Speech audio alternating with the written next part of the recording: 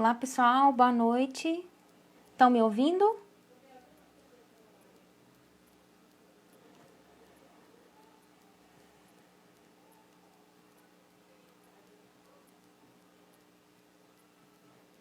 Estão me ouvindo? Estão me ouvindo bem?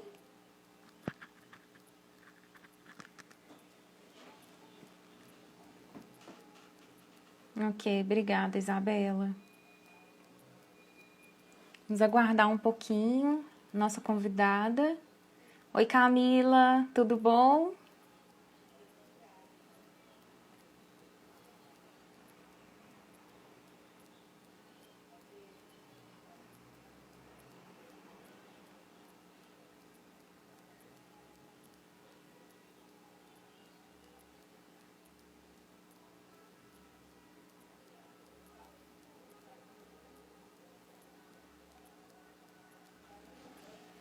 Bárbara.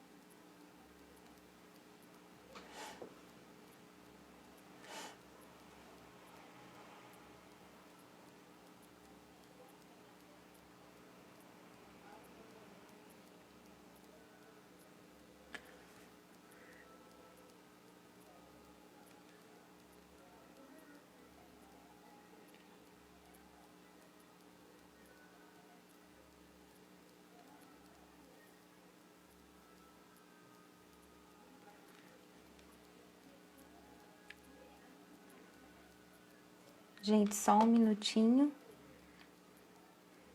Já vou voltar, vou precisar sair um minutinho e já volto. Denise? Denise já chegou aí? Denise, pode solicitar a sua participação ao vivo? Eu não estou conseguindo te convidar daqui.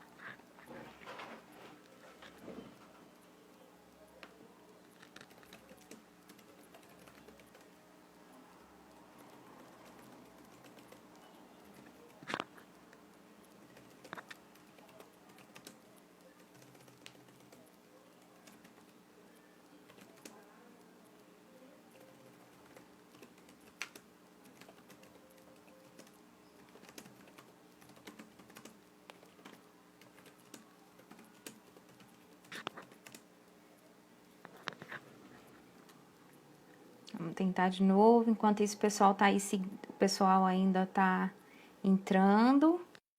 Agora vai.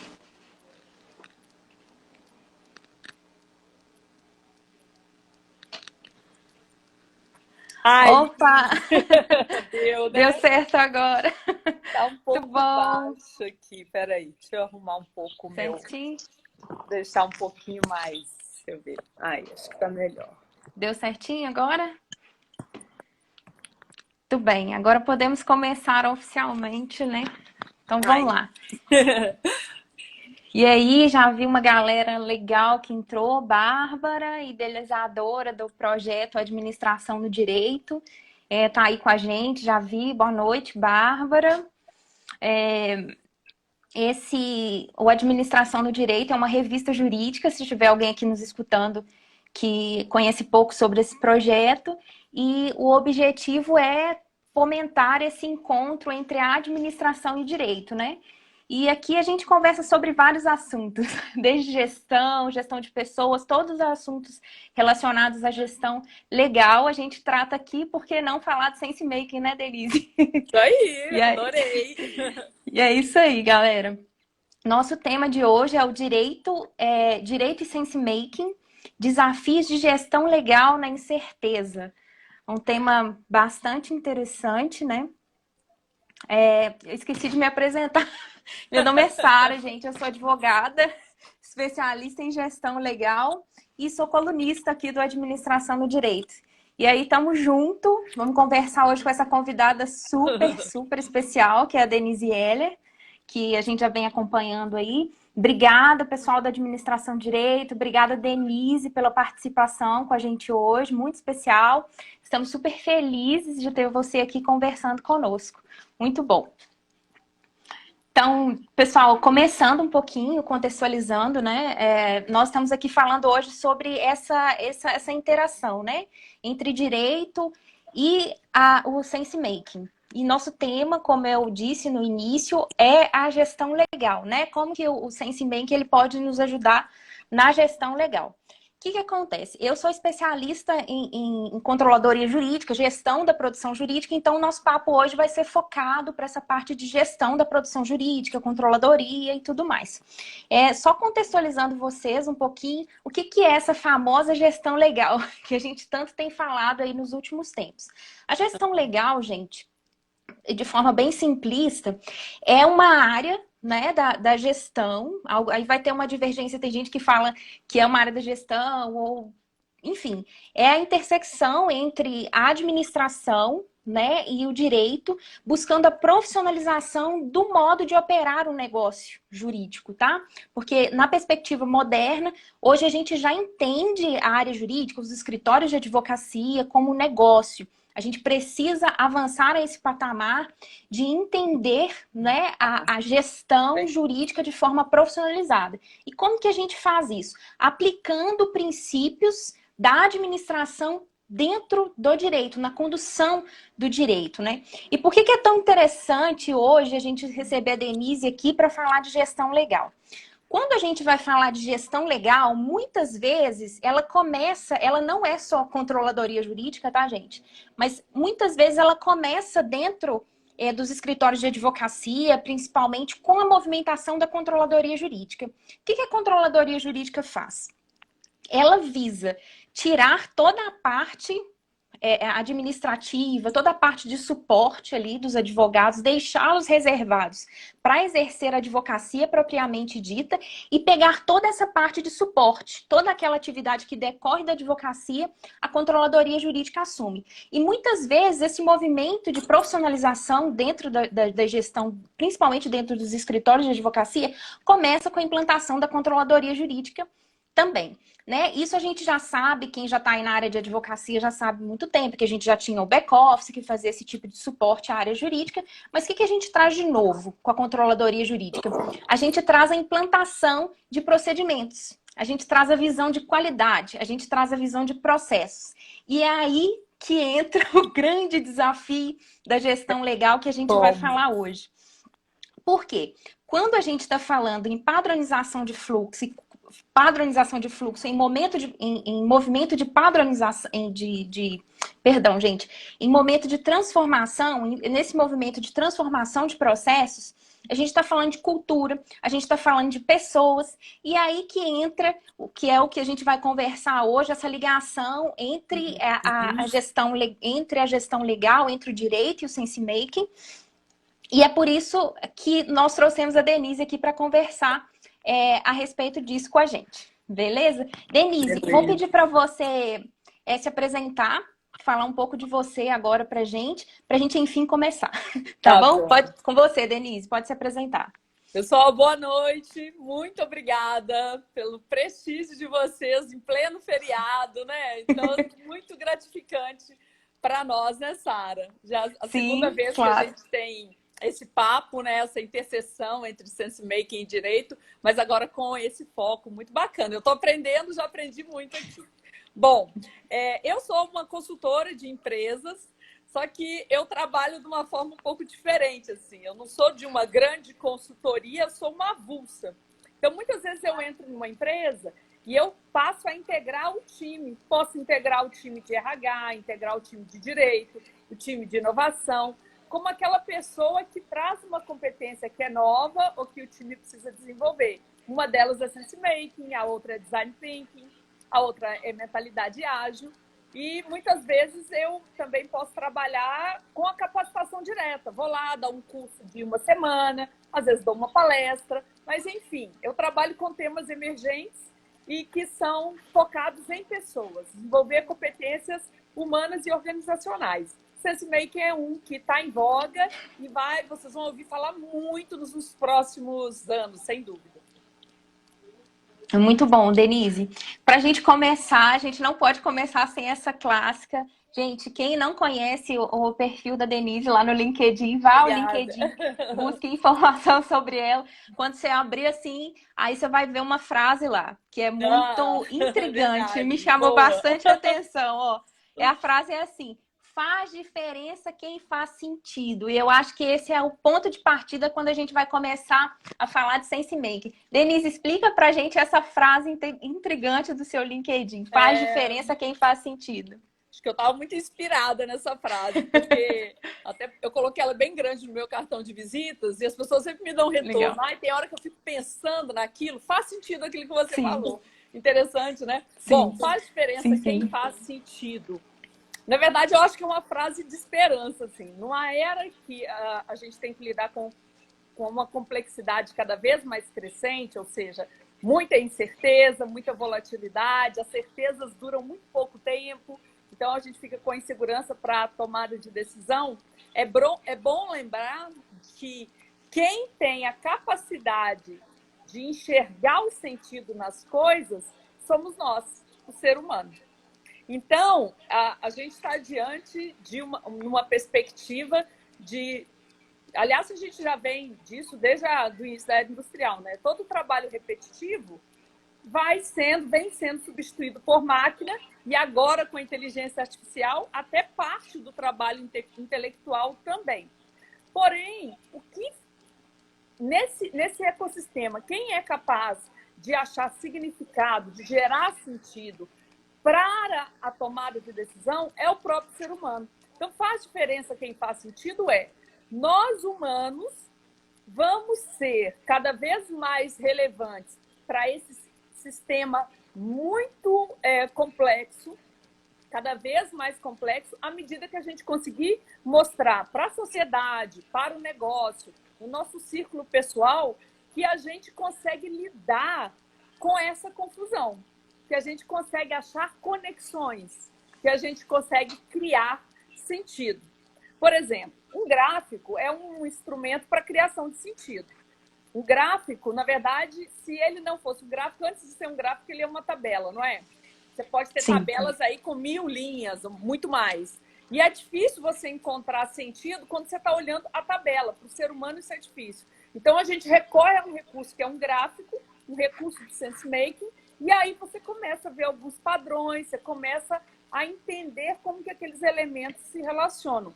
Isso é um exemplo da competência SenseMaking aplicada. Então, o nome é lindo, é novidade para muita gente, mas a competência é desde que o ser humano existe. O homem da caverna já tinha que olhar para o céu e interpretar como é que ia ser o clima, se aquele dia ele deveria sair para caçar ou não. É uma competência humana, alguns animais também têm, mas assim, predominantemente uma competência humana. Só que agora ela é mais requerida, porque a complexidade é crescente.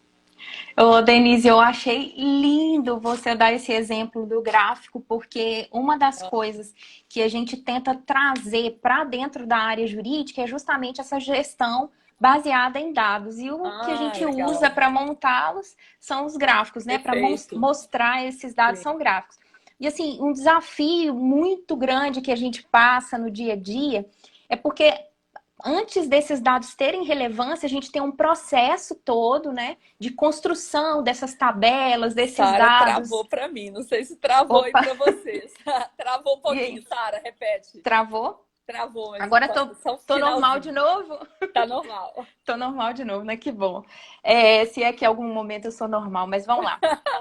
Então, que eu estava falando que eu achei muito lindo você falar a respeito dos gráficos, né? Porque a Ah, gente sim. tem uma das coisas que a gente tenta trazer para o direito também, nesse movimento de profissionalização da gestão dentro do direito, é justamente a gestão Uhum, baseada em dados, em sem métricas, mas dúvida. antes a gente tem um processo até chegar nessa visualização, que é o gráfico.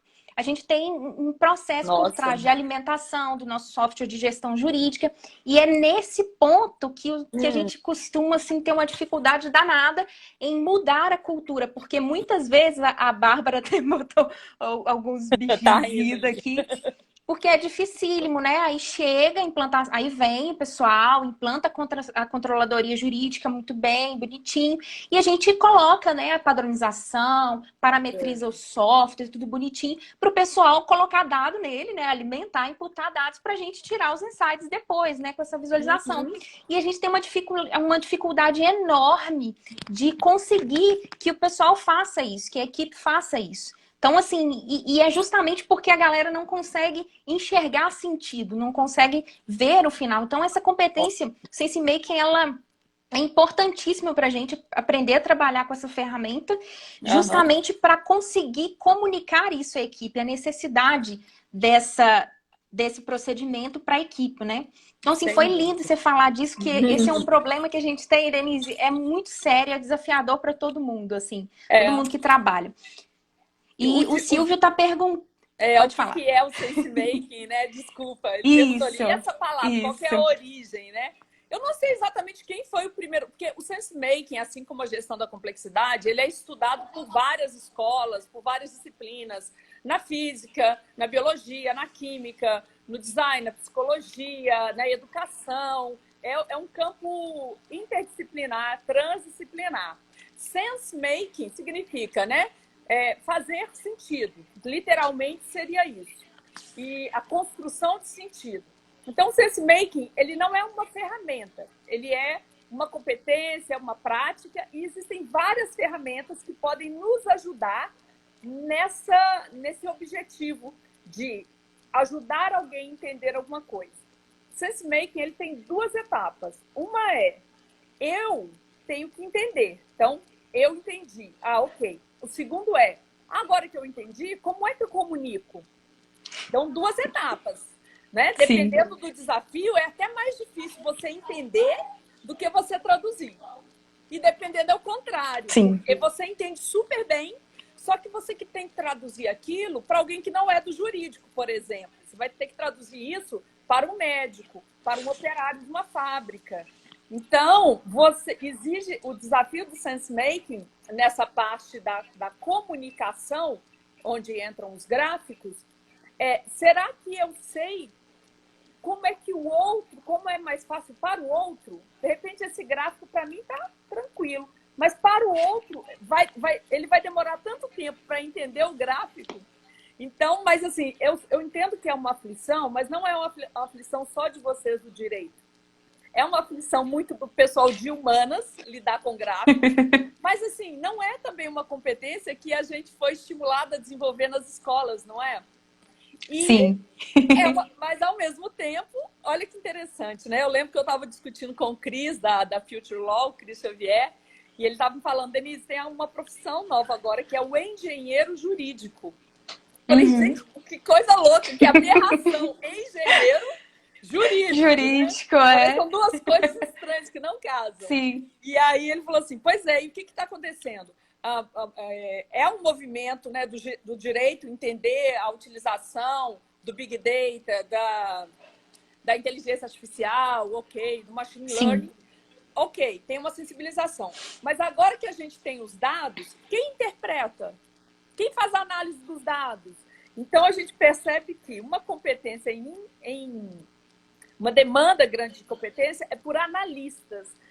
A capacidade analítica. Ok, todo mundo está vendo o gráfico. Mas quem vai abstrair inteligência do gráfico não é um bot, não é um robô, não. Sou eu e sim, você. Parece ruim, mas é incrível, porque na verdade o que a gente está vendo é o trabalho intelectual, esse trabalho da inteligência para interpretar o sinal, da criatividade para falar, peraí, essas informações Talvez eu não tenha nenhum gráfico que seja muito bom. Talvez está na hora da gente criar novos modelos de gráficos. Se você comparar, por exemplo, as possibilidades de gráfico do Excel com o Tableau, você vai ver que o Tableau tem várias outras formas de mostrar o gráfico que, na verdade, muitas vezes tornam a informação muito mais clara, sabe? Então, Sim. é um desafio para todo mundo. Então, não fiquem vocês do direito assim, isso não é para mim. Isso é para todos nós. Isso é o filé mignon, é o que sobrou para a humanidade. E sobrou o melhor, sobrou a inteligência. Então, eu não sei se eu respondi o Silvio. Silvio, sense-making é essa competência, essa prática de fazer sentido, tá? Eu não sei quando isso foi usado pela primeira vez, não, mas se vocês quiserem estudar, ir além, vocês têm a Brenda Durbin, eu posso passar depois para a Sara, os livros, né, que eu indiquei na outra live. Na administração, a principal referência chama-se Carl Weick, ou Weick, que ele estudou como que a gente, no dia a dia, nas empresas, a gente cria sentido. É um assunto bem instigante. Não tem tanta literatura na parte mais teórica do sense-making, mas na parte prática de como dar sentido à informação, a gente encontra muita coisa no design da informação. Muito bom. Camila está comentando aqui, Denise, a Camila é controle jurídico também, presidente da Comissão de Gestão e Inovação, eu acho, do Ceará. Está comentando aqui, é sempre um desafio chegar até o gráfico, porque assim, a gente na área jurídica, a gente tem esse desafio, obviamente, isso eu acho que nem você falou, é um desafio comum em todas as áreas, né? Fazer essa visualização ter sentido. Mas o nosso problema também é para os dois lados, né? É anterior também. É sempre difícil chegar num gráfico que realmente transmita a realidade, que tenha dados, reunir e tratar dados fidedignos. Então, assim, para nós é muito desafiador e, assim, SenseMaking tem a agregar para nós. A gente sabe que, assim, é um desafio danado. Quando se trata de processos, fazer com que esses processos tenham sentido na cabeça das pessoas, assim, dos nossos colegas, advogados e até mesmo dos nossos gestores, porque às vezes quem nos contrata também não tem a dimensão da necessidade desse trabalho. O Silvio também, da Comissão de Gestão e Inovação de Minas Gerais, aqui também está comentando. Denise, me tornei seu fã. Muito bom. Legal. Muito bom. Camila aqui de novo, falando, tô pensando aqui nos meus gráficos, já está começando a fazer efeito aqui. Tem o Eduardo também falando, grande parte das pessoas são visuais, só não sabem disso. Muito bom, Eduardo, concordo com você. Sara, eu queria comentar isso. Uma boa ferramenta, a gente sabe que a gente está sendo um bom sense maker, ou seja, a gente está ajudando a alguma coisa, uma pessoa, um grupo a entender alguma coisa, é quando o esforço é pequeno.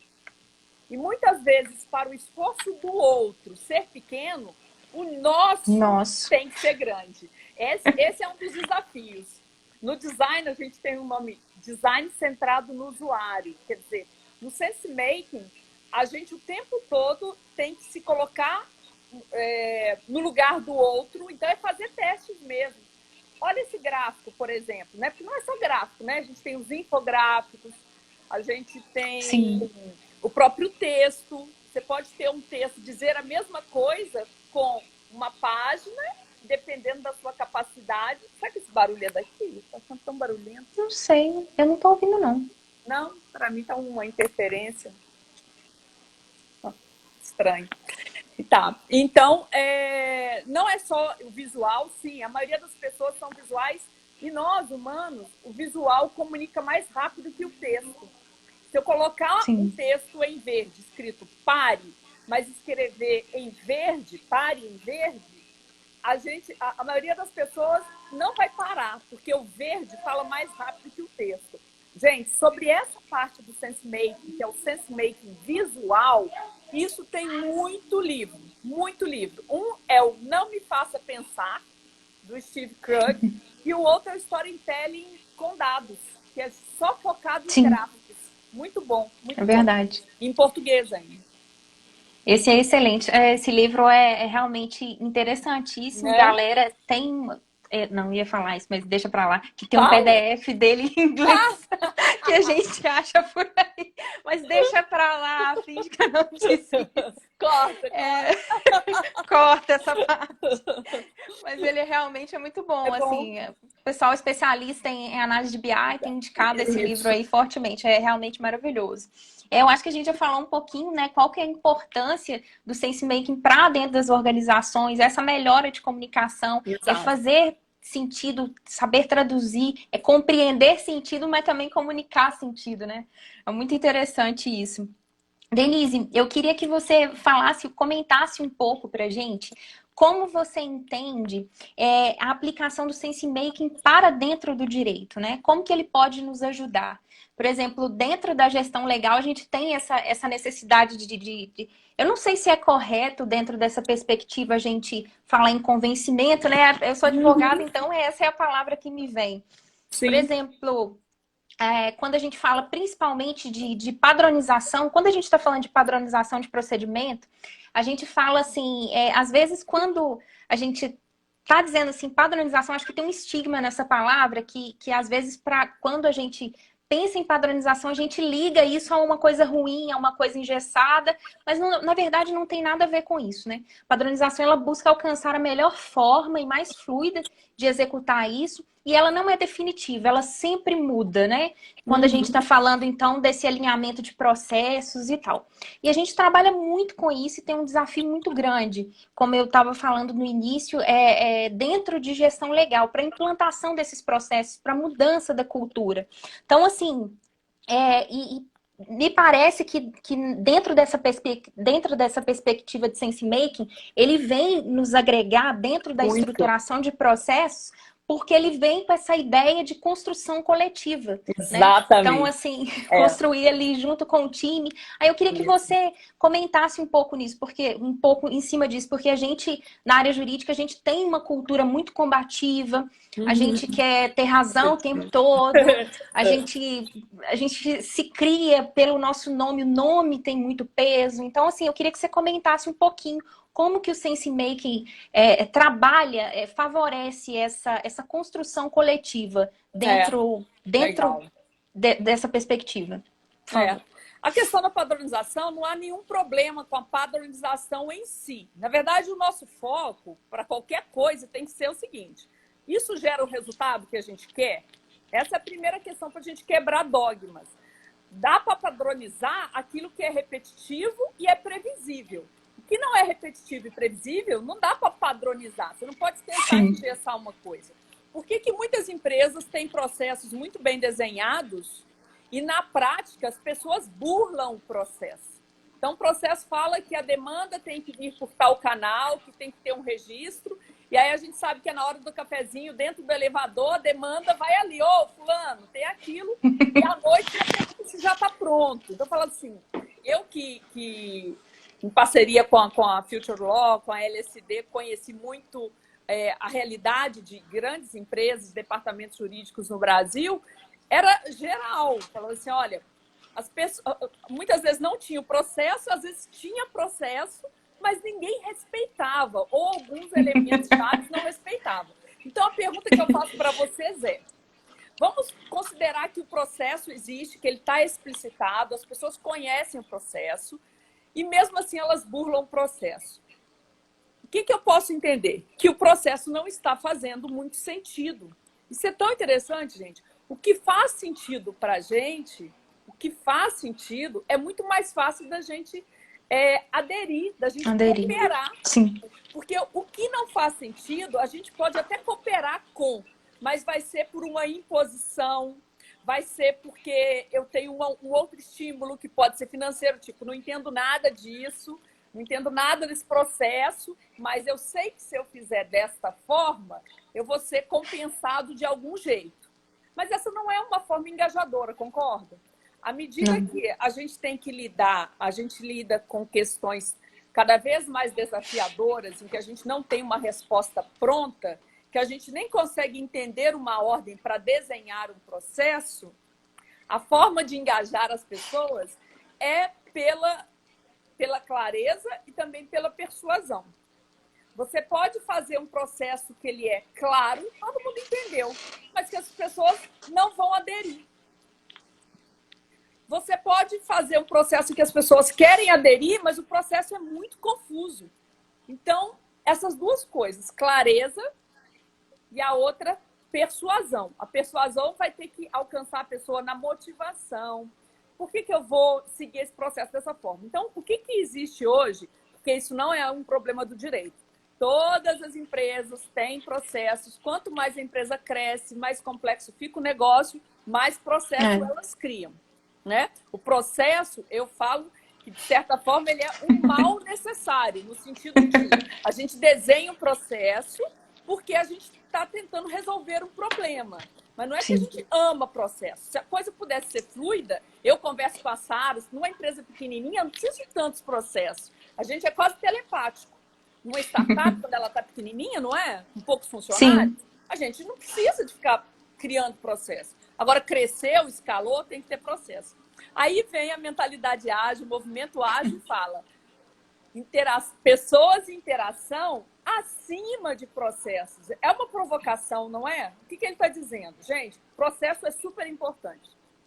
Mas dependendo da demanda por agilidade, a gente vai ter que criar um caminho mais rápido. E depois a gente volta e vê se não tem que atualizar o processo, que foi a sua primeira fala, né, Sara?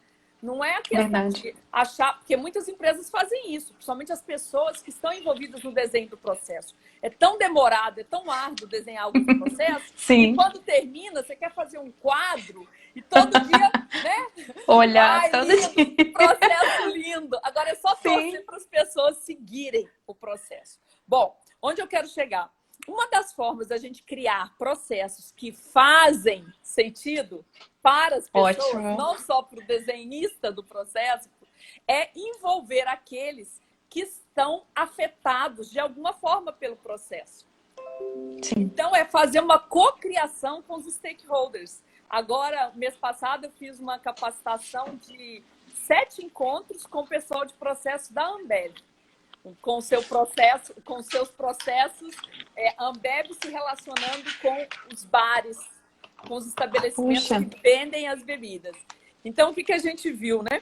Quando a gente desenhou a jornada do cliente, depois da jornada do cliente, aí a gente olhou para dentro da empresa para ver, para entregar aquele valor para o cliente lá na ponta, o que a gente tem que fazer do lado de dentro para isso acontecer. E aí, onde que a gente vê, gente, é muito bacana isso. Você começa a desenhar os processos não focado na empresa, na rotina da empresa, mas no que gera valor para o cliente lá na ponta. E aí você começa a ver que algumas coisas que você desenhou na melhor das boas intenções não está dando certo justamente porque ficou numa zona de sombra entre uma área e outra. Ou você desenhou o processo sem envolver os stakeholders chaves, às vezes até externo à empresa, então você calculou um tempo de entrega que não é viável. Ou que era há um ano, mas agora não é mais. Então aí fica engessado. Aí a empresa fica tentando se adequar a um processo, não dá certo, o que a gente faz? Burla o processo. Então, o que vale a pena? Esses processos que vocês têm hoje continuam fazendo sentido? Porque a gente não tem tempo a perder com coisa que não faz sentido. Às vezes não é o processo todo que está errado, é uma parte dele. É um stakeholder que precisa ser ouvido. E quando eu falo um stakeholder, gente, às vezes é a pessoa, o manobrista que vai, sabe, que vai trabalhar numa loja, no caso de uma farmácia, que foi um dos casos que eu acompanhei.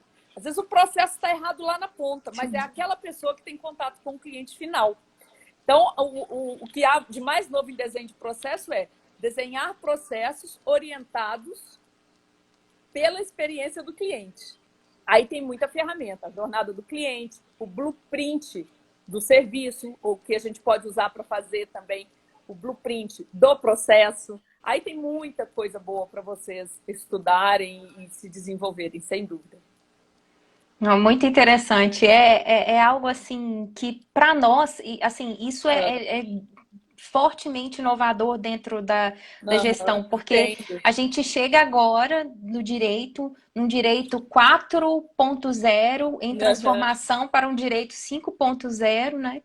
E aplicando, às vezes, ferramentas de outras eras, né? Sim, É, entendo. e, e sem- então, assim, é bastante inovador. E eu acho que é isso que nem você falou também. A gente não pode sacrificar o Cavaleiro Negro, aquela história lá que você contou pra gente, não, né? Os Os grandes apocalipse. impedidos do isso, os Cavaleiros do Apocalipse da inovação. Não vamos crucificá-lo também.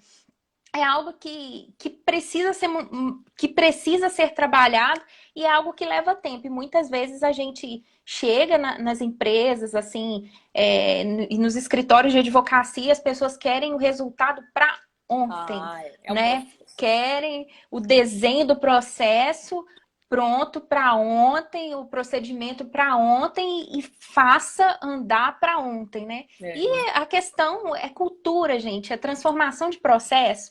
é. Quando chega uma controladoria, as pessoas precisam entender que a gente precisa preparar o ambiente para que aquelas pessoas entendam. Que nem você falou, né, Denise, da outra vez que nós nos conversamos. A gente é analógico, a gente leva tempo para processar as informações.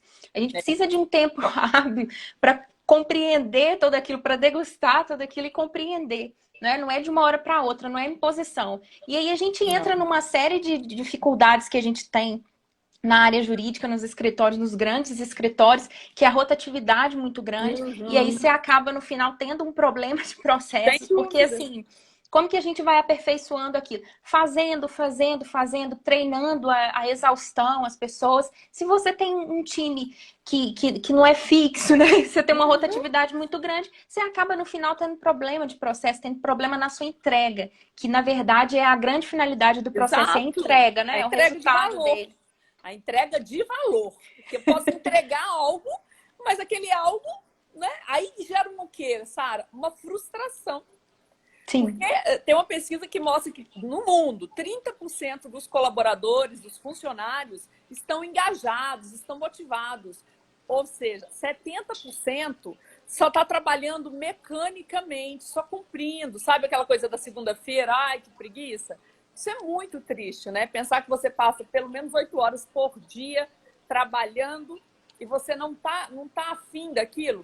E aí, quando você vai para o contexto das organizações, você entende, porque se você chega para uma pessoa, o que é isso que você está fazendo, fulano? Gera de valor para o negócio, para o mundo. A pessoa fica no vácuo. Não sei, eu faço isso aqui há 10 anos. Me mandaram fazer assim. Você quer saber? Nem acho que faz sentido. Nem acho que faz sentido. Mas ninguém me ouve. Ninguém me ouve. Então, trabalhar com redesenho de processo, com criatividade, com inovação. Vou falar inovação não como área de inovação. Nós, Sim, o tempo todo, tentando inovar. A gente tem que ter uma autoestima muito alta e uma vaidade muito baixa. O que isso significa? Gente, as pessoas, se você desenhou um processo ou você fez parte de uma equipe que desenhou um processo, a partir do momento que você desenhou, automaticamente você começa já a defender aquilo e se fechar para crítica. Não pode, não pode. A gente tem que criar uma zona de segurança nas empresas para que a informação, as críticas sejam bem-vindas e estimuladas. sim, E tem que começar por quem tem um poder. Por exemplo, quem desenhou um processo teve uma autoridade para desenhar. E aí não é desenhar e só depois que ele está pronto, isso também é outra coisa muito legal. Aí implementa o processo. Gente, vamos trazer o conceito. Vocês conhecem o conceito do MVP? Que é o mínimo, produto mínimo viável? O que é um produto sim, mínimo viável, né? Para talvez não sim, seja comum para todos. Por isso. exemplo, o 99 táxi não, o Easy Tax, que é até de um empreendedor aqui que de BH, que depois fez a Simbu e tal. Ele fala, olha, eu tinha uma hipótese que era, se a gente fizer um aplicativo, isso é antes do Uber, tá? Antes do Uber no Brasil, em que uma pessoa vai acionar esse aplicativo para achar um táxi, e antes como era? Você tinha que ligar para uma cooperativa, ficar com a sua mãozinha lá na rua, ei, táxi, para, pelo amor de Deus. Ele tinha uma hipótese. Então, ao invés de desenhar um processo. Não, o que ele fez? Fez uns panfletinhos lá, distribuiu no bairro. A pessoa clicava no site, num botão, que ele recebia um e-mail lá na caixa postal. Então, não tinha nenhum sistema, ele só queria provar uma hipótese. Então, para vocês que desenham processos, eu falo que a gente tem que fazer o mínimo processo viável, o processo mínimo viável. Testa se aquilo faz sentido. Não sai fazendo processo também para tudo, não. Às vezes também uma outra área fala, ó, tá faltando um processo aqui, tá? Aí você fica lá 6 meses, 1 mês que você desenhando o processo e as pessoas não estão nem aí para aquele processo. A gente precisa dar um passo para trás e parar de pensar processo ou não. Vamos pensar o seguinte, qual que deve ser o ciclo, a narrativa para gerar valor nesse momento, nessa coisa, nesse produto? O que é valor? Primeiro é isso. Valor vai ser o cliente assinar de novo o produto ou fazer negócio com a gente de novo, não sei. Valor vai ser o cliente pagar o que a gente pede. Aí a gente, a partir do que gera valor para o cliente, a gente olha para trás e vai vendo tudo que precisa ser criado, ajustado, eliminado. Agora, a gente não pode estar apegado ao que a gente criou. Desapega, gente, desapega, porque a única coisa certa na próxima década, nos próximos anos, no próximo mês, é que tudo vai mudar. Tudo vai mudar. Espera-se que nos próximos 10 anos o mundo mude mais que nos últimos 50. Significa que em 10 anos nós não vamos reconhecer o mundo que a gente está. Desapega. Faça o seu melhor, já pensando que talvez o meu melhor gere valor por 3 meses. E tudo bem, porque vai ter desafio maior, tá bom? Vai ter desafio maior. O importante é você estar sendo motivado pelos desafios. E é interessante você ter comentado isso, da necessidade do processo atender o que o problema requer, né? O que o cliente requer, e isso tem que ser feito de forma muito simples. O que a gente vê muito assim na nossa área é a complicação dos processos. E às vezes regras demais. Aí a gente vem com aquela cabeça assim do direito. Aí imagina, eu falo assim de um lugar, não tô aqui criticando meus colegas, não, eu tô falando de um lugar que eu tô nele, né? Tipo, a gente tem essa tendência de querer atender as minúcias, não sei o quê, e acaba transportando um pouco essa visão para dentro do processo, isso acaba refletindo no nosso desenho de processo, na estruturação dos nossos procedimentos. Por isso que é tão importante nesse movimento de gestão legal, nessa onda de modernização da forma de administrar a advocacia, a gente trazer pessoas de outras áreas, né? E fazer essa interação entre o designer, igual a gente está conversando aqui hoje, entre o pessoal da administração, psicologia, enfim. E parece que para consolidar práticas em SenseMake, a gente também precisa, né, Denise, dessa interação com o pessoal de outras áreas, né? Então, eu gostaria que você comentasse um pouco pra gente, assim, dessa necessidade de fazer essa linha multidisciplinar para a gente adotar efetivamente práticas de SenseMaking dentro das nossas organizações. E é simples de entender. Às vezes parecendo assim, esse pessoal do direito aí está criando moda. Não, qualquer área do negócio, qualquer empresa, a questão da diversidade, não é porque a gente ficou, nossa, que geração mais evoluída agora, está querendo diversidade. Não é por isso, não. É porque quanto mais complexo é um ambiente, uma situação, um desafio, mais limitados nós somos, né? Mais pobre nós ficamos se nós somos muito parecidos na forma de pensar. Então, o ser humano já tem uma série de vieses cognitivos, né? Aquilo que eu falei, se eu participei de algo, eu já começo a defender algo. Opa, você não deve defender, né? Mas a gente tem que ficar atento a isso. Então, ao trazer pessoas de outras áreas, as pessoas, elas não estão apegadas a uma estrutura que nós já temos. Vocês do direito, obviamente, vocês têm essa, pela própria característica, né, da área de vocês tentam cercar tudo, né? Prever tudo que pode dar errado. Imagina cenário para, tá tudo cercado aqui. Ok, precisam disso. Só que tem que ver onde isso realmente é necessário e onde você simplesmente está trabalhando com automatismo. A nossa mente, ela não cria espontaneamente, ela cria se ela tiver uma motivação, um desafio, porque nosso cérebro, o principal objetivo dele é nos manter vivos. Então, ele tenta poupar energia. Quando eu dou um desafio para o meu cérebro, a primeira resposta que ele vai dar, provavelmente, é uma resposta óbvia. Então, se a minha mente foi treinada para sempre ter controle, sempre falar não, sempre achar empecilho, esse modelo de pensar eu vou aplicar para tudo, até onde não cabe. Quando nós trazemos pessoas de outras áreas, e aí os designers são interessantes, esse casamento, essa parceria do design com o direito, que é algo bem recente, né?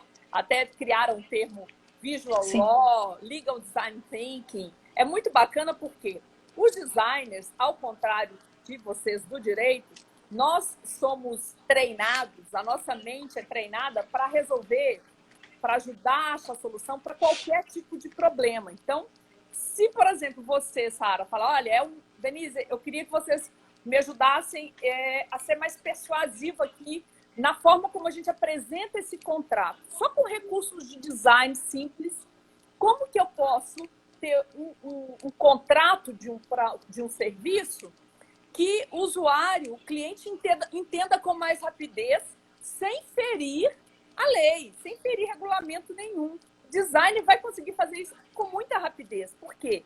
Ele não está no mesmo modelo mental que você. Mas você trabalhando com ele, você vai aprender. Conversa com qualquer empresa que já esteja trabalhando em parceria com designers. O designer aprende muito e o advogado, os profissionais de direito também aprendem muito. A gente tende a achar que... Tem uma frase, até você vai gostar, você gosta de frase? A gente Adoro. não vê o mundo como ele é. A gente vê o mundo como nós somos. Lindo. Sim. Isso, né? Então, verdade. A gente vê o mundo como nós somos. Então, chamar o pessoal do direito, da psicologia, da antropologia, aí depende do desafio. Você vai ver o mundo sob a lente dele e você vai falar, gente, não é que isso pode fazer sentido? Não é que isso... Agora, se você não der a chance, não tiver a curiosidade pelo pensamento do outro, antes do outro abrir a boca, você já julga. Gente, o que esse povo do design sabe de lei?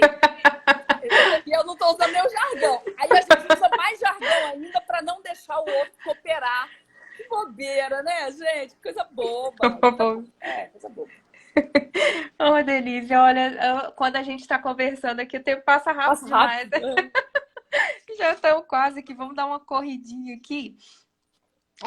A gente está falando muito sobre pessoas, assim, tudo é tão lindo, assim, eu vejo como esse movimento do sense making é tão agregador para a gente, porque a gente está nesse momento de construção desse direito 5.0. Inclusive, pessoal, para quem ainda não leu sobre o direito 5.0, eu indico um artigo do Marcílio Drummond, vocês podem procurar no LinkedIn, que ele explica toda essa evolução histórica. É lindo esse artigo, porque ele fala... Marcílio Drummond, ele é aqui de Belo Horizonte, é assim, um grande nome da área de inovação jurídica, alguém com muito conhecimento técnico, que fez ele tem uma trajetória maravilhosa, porque ele passou por outras áreas, assim, ele teve essa experiência, então, assim, é riquíssimo o conteúdo dele. E aí depois a gente até divulga aqui também esse texto que ele deixou. Eu tô achando muito lindo, porque, assim, isso caminha muito, né? Caminha muito para esse sentido. A gente sabe que o direito é uma ciência social aplicada, né? Igual então, se a sociedade muda, igual o design. Se a igual. sociedade muda, né? A gente fala direito 4.0, 5.0, não é modismo, não é só porque, não sei o quê, não é bobagem, é porque isso é a maneira de expressar a mudança, né? A maneira de esclarecer, de fazer essa mudança ter sentido, né? Então a gente usa essa expressão, tentar demonstrar esse sentido. E quando a gente fala sobre direito 5.0, É justamente isso que a gente está falando. Olha, a gente transitou primeiro ali naquele movimento 4.0, dessa intersecção entre a tecnologia e a automatização, daí vem engenharia jurídica, arquitetura jurídica, enfim, Uhum. analista de dados jurídicos Aham. e toda essa multiplicidade de profissões. E agora a gente começa a falar sobre esse direito 5.0, que é focado no desenvolvimento humano, né? Que é essa necessidade da pessoa desenvolver essas características próprias de humano. Hum. Porque, assim, o que der para automatizar, o que for repetitivo, Exato. isso vai acontecer. Então, assim, o que vai ficar de fato é o que nós podemos ser como pessoas. Por isso que esse tema é tão interessante, a gente Uhum. precisa incorporar esses valores. Eu não, assim, meu jargão é todo, minha fala é toda de advogado. Então, nós precisamos incorporar de imediato. Tá Adoro. vendo, né? A pessoa tá aqui conversando sobre sentimento, inclusão, coletivo. Vamos construir coletivo, temos que incorporar. Mas, enfim, é basicamente isso. A gente a forma de gerir, né? A forma de administração legal, ela também tem que acompanhar, né? Essa movimentação que o direito está fazendo. Se a gente estava lá atrás, se outrora a gente já tem agora o fortalecimento de software, todo mundo já entendeu que a gente pode automatizar, que a gente pode automatizar peça, que a gente pode Aham. automatizar procedimento, que a gente pode usar inteligência artificial para nos ajudar no dia a dia, até mesmo para elaboração de peças. Agora está na hora da gente entender que a gente precisa se desenvolver como pessoas, né? Acompanhando as tendências do direito. E a gestão jurídica, ela precisa acompanhar esse movimento também. Daí, Denise, eu queria que você comentasse um pouquinho para a gente. Nós falamos, né, da mudança, de tudo acontecendo. O que a gente tem hoje disponível assim, em termos de ferramenta? Como que a gente pode preparar esse ambiente para receber essas transformações? Queria que você Uhum. comentasse um pouquinho para a gente, assim, de uma perspectiva mais prática. O que a gente pode fazer? Eu sou controller jurídico, cheguei no meu escritório, preciso lá fazer uma série de transformações. Na prática, o que eu posso fazer para Uhum. preparar esse ambiente para que toda essa transformação, essa mudança de cultura seja mais leve? Perfeito. Eu acho assim, um erro comum de qualquer pessoa, um vendedor, um professor, alguém que está querendo vender algo, que é uma ideia ou um produto, é entregar uma solução, uma suposta solução para um problema que não existe. Então, a primeira coisa que vocês precisam fazer é ter um papo franco, uma conversa franca com o time de vocês. O Leonardo Cohen fala o seguinte: existe uma fresta, uma greta em tudo, uma rachadura, e é por aí que a luz entra. Não adianta você tentar convencer alguém a adotar sense making, a entender esse modelo que a gente está pensando, o direito 5.0, se as pessoas ainda não têm o incômodo. Então, primeira coisa, gente, vamos conversar. Seu trabalho faz sentido? Isso que a gente está fazendo faz sentido? Você falou uma coisa que eu adorei, Sara. Uma coisa é a complexidade. A complexidade não pode ser simplificada. Ela tem uma natureza diferente do simples. Complexo e simples são coisas divergentes. Agora, muitas vezes, o que a gente faz é complicar o simples. Eu começaria fazendo esse exame na nossa prática diária, nas nossas apresentações, as nossas planilhas, os contratos, o nosso texto, os nossos termos. O que a gente está complicando? O que a gente pode sacudir nesse contrato, nesses textos, nesses termos jurídicos, que pode facilitar, criar ponte e não distanciamento com os nossos interlocutores? Então, eu começaria a conversa sobre: o nosso trabalho faz sentido? O nosso trabalho vai continuar sendo relevante nos próximos anos? O quanto que a gente faz, que é, na verdade, um trabalho sem cérebro, acéfalo, é um trabalho repetitivo. Então, primeiro, criar um incômodo, despertar o incômodo. Aí você já era a sede pela mudança. Então, não adianta você vir com um papinho de mudança, sendo que eu não estou incomodada. Então, primeiro temos que provocar o incômodo. Provocou o incômodo? Aí sim. Bom, sobre a questão de referências, né? Hoje, uma das maiores referências é a faculdade de Stanford, né, a Universidade de Stanford nos Estados Unidos, nessa parte do Visual Law, do Legal Design Thinking. A gente tem umas iniciativas muito legais também na Finlândia, então isso é fácil de vocês acharem, e eu sempre acho, vamos olhar, ver o que eles estão fazendo, mas lembrando, lembra que eu falei da autoestima alta? Está todo mundo começando. Aqui no Brasil, a gente tem uma pessoa aqui em BH, o Hugo Flores, que tem feito um trabalho incrível, revendo contratos de empresas, o pessoal da LSD, da Future Law, como que a gente pode fazer um documento para o juiz que vai poupar o tempo do juiz. Por quê, gente? Os juízes agora, eles não têm que esperar tanto, não. A pilha de coisas para eles está muito mais rápida, porque está sendo manipulada, processada por inteligência artificial. Então, quer dizer, eles têm que correr muito mais rápido. Como é que eles podem ter um documento que faça com que ele se sinta mais competente? Gente, foca nisso. O que eu posso fazer para o outro ter mais agilidade, se sentir mais competente, ter mais produtividade? Aí você começa a engajar as pessoas nessa transformação.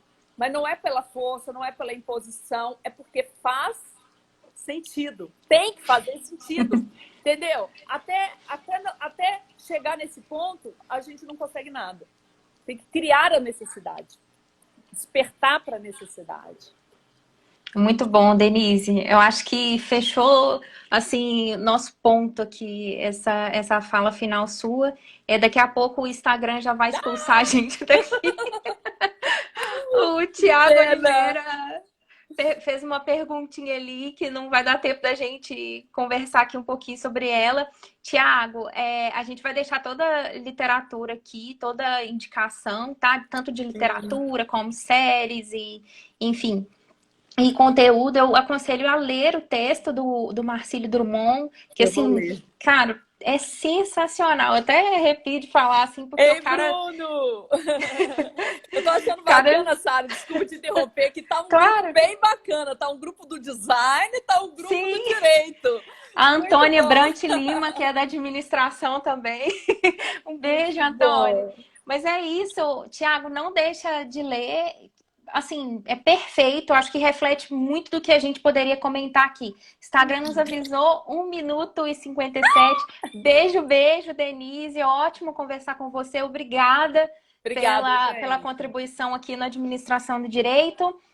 Palavras finais com você. Um grande beijo, pessoal. O pessoal que ficou aqui acompanhando a gente. Um grande abraço. Desejamos um excelente resto de noite. Bom, você, pessoal, Denise. Eu tô no Instagram e no LinkedIn, eu sou muito acessível, então assim, Denise, eu fiz uma pergunta, não deu para responder. Replica lá no reservado para mim e muito, eu posso ajudar muito com vocês na fundamentação, mas o resto é para a gente fazer juntos. Gente, que mundo é esse? Que a gente pode fazer um monte de coisas novas, basta você querer. E trazer os designers, os profissionais de comunicação, da psicologia, estarmos abertos. A maior competência, aliás, nem é o sense-making. Até para o sense-making acontecer, é a curiosidade e a humildade para admitir que a gente não sabe tudo, tá?